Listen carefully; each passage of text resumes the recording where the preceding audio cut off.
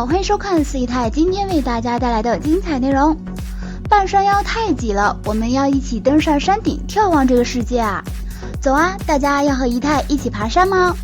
话不多说，我们回归正题。创造营2020最新一期真的很，连着2期都没有舞台，而且都到了比赛的最后阶段了，排名还在大洗牌。要说变动最大的就是原本前3名的希林娜依高、陈卓璇、郑乃馨了。针对这样过山车式的名次下滑，他们的回应自然成为了姨太关注的重点。我们先来说说陈卓璇，璇妹儿排名下滑，之前的危险发言肯定是关键原因。不过这次陈姐重新回归理性，姨太把她的发言总结成了3段式。她首先感谢创造营的所有女孩，谢谢你们容忍我的慢热与不善交际，因为你们每一个人的存在为我制造了一次独一无二的美好的回忆。我想借这一次或许是最后一次发言的机会，对你们说一声谢谢。又回应自己会继续努力，直到这一次公演，我才意识到排名有多么的重要。我真的不想我的创始人们未来只能在角落里寻找我的身影，我不想你们在一帧一帧的找我的镜头。紧接着隔空喊话粉丝，我们做好最后的100米冲刺，半山腰太挤了，未来我们要一起在山顶眺望这个世界。谢谢你们。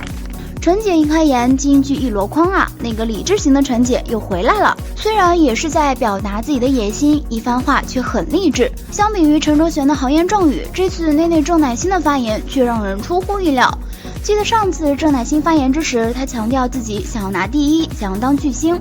为了能够出道，她等了很多年，好不容易等来了这个机会，成绩呢也一直不错，所以每一次的发言她都很励志，很有野心。然而这次郑乃馨掉到了第5名，她突然说排名不重要了，排名不是我最重要了，这个排名没关系了。今年的礼物我只想要你们休息，不用为我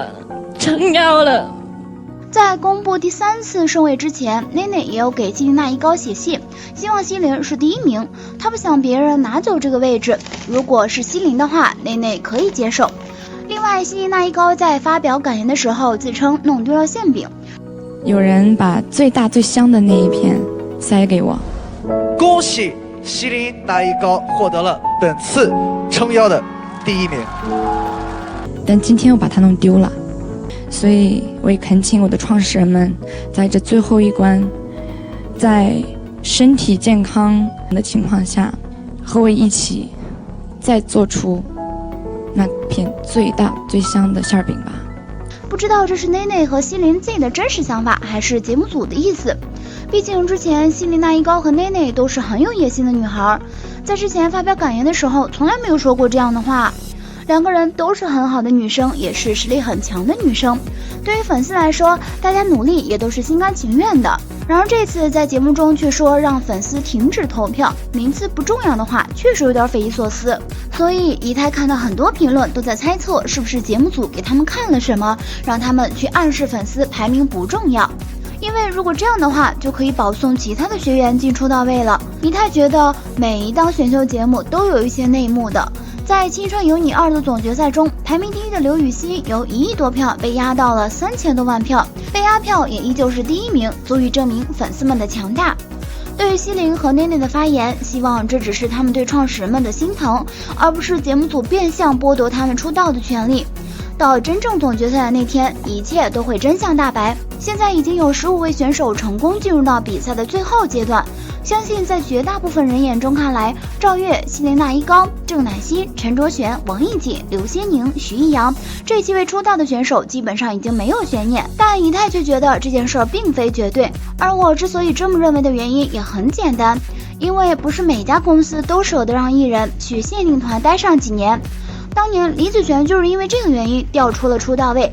也就是说，如今身处8到15名的选手中，还是会出现1位黑马的。那么哪几位选手成为黑马的可能性大呢？姨太呢就来和大家逐个分析一下这8位选手的出道概率。第8位朱主爱，她本来就是已经出道也小有名气的艺人，颜值、演唱能力以及原创水平各方面都挺好的。虽然这一次他卡巴了，但他晋级有个致命的问题，就是他谈恋爱了。虽然现在对艺人比10年前宽容许多，在婚恋方面粉丝都是祝福，但大家都知道谈恋爱对于偶像来说意味着什么，这一点十分致命。第9名张一凡，他其实也不算太差，只是一开始哭给自己立的人设太差了，一路被炒到现在跌出前期后，反而激起了一部分人的同情。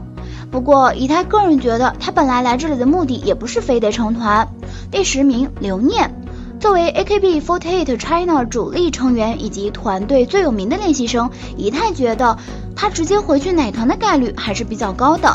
第11名吴雅璐，其实他排名到这儿，以太也不意外，毕竟他是内内的好友，多少内内粉丝投票时都会顺手给他一票。尤其前期争得这么厉害，也不会去分票给其他前期的人，给偶像好友也在意料之中。不过他成团概率应该不大，毕竟粉丝基础有些薄弱，不是佛系的那种少见，而是真的很少见他的活粉。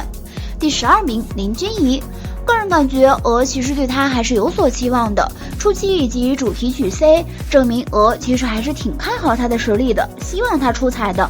到后面渐渐没了画面，不知道是出了啥大乱子。按照创一铜墙铁壁来看，创耀榜的人一般都是有实力的，所以他还是有希望进团的。第13名苏瑞奇，同上也是有实力且人气稍显不足的选手，所以从补位来讲他也有希望。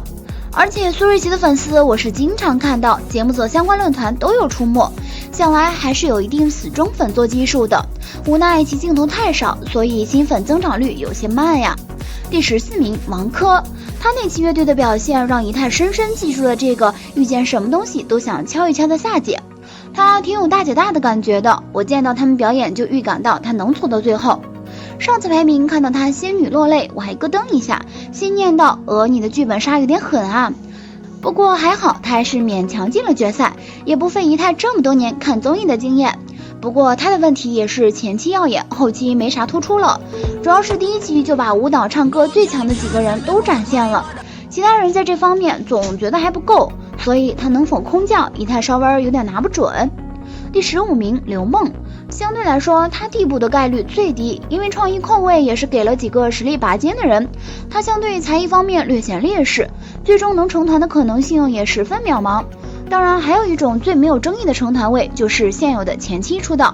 我觉得 C 位要能镇住整个团，就像山之大哥一样。看看现在的前期，王艺瑾当队长挺不错的，情商高，可以平衡团队关系。赵月声乐担当，舞蹈实力算不上顶尖。有人看到这儿肯定又要反驳一太了，这么多期下来，我不否认他的实力有进步，不过他一直给人一种不自信的感觉，唯唯诺诺的，让他当 C 位不一定能镇得住其他人。内内适合高位成团，相比之下还是西林更适合 C 位，自带霸气气场。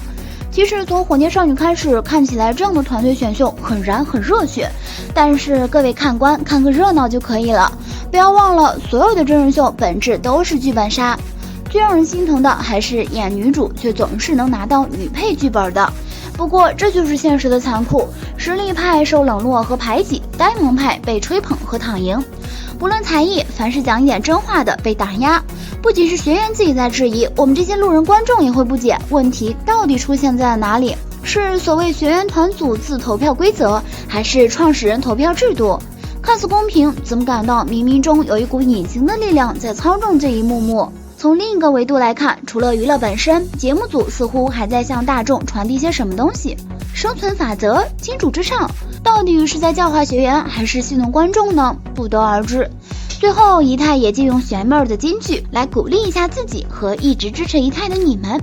半山腰虽然有点挤，但我会在你们每天的支持下做出更多优质的内容来回馈你们。好啦，今天的视频呢就分享到这里啦。如果喜欢四姨太的视频，就请多多点和关注，四姨太每天都会更新精彩娱乐资讯哦。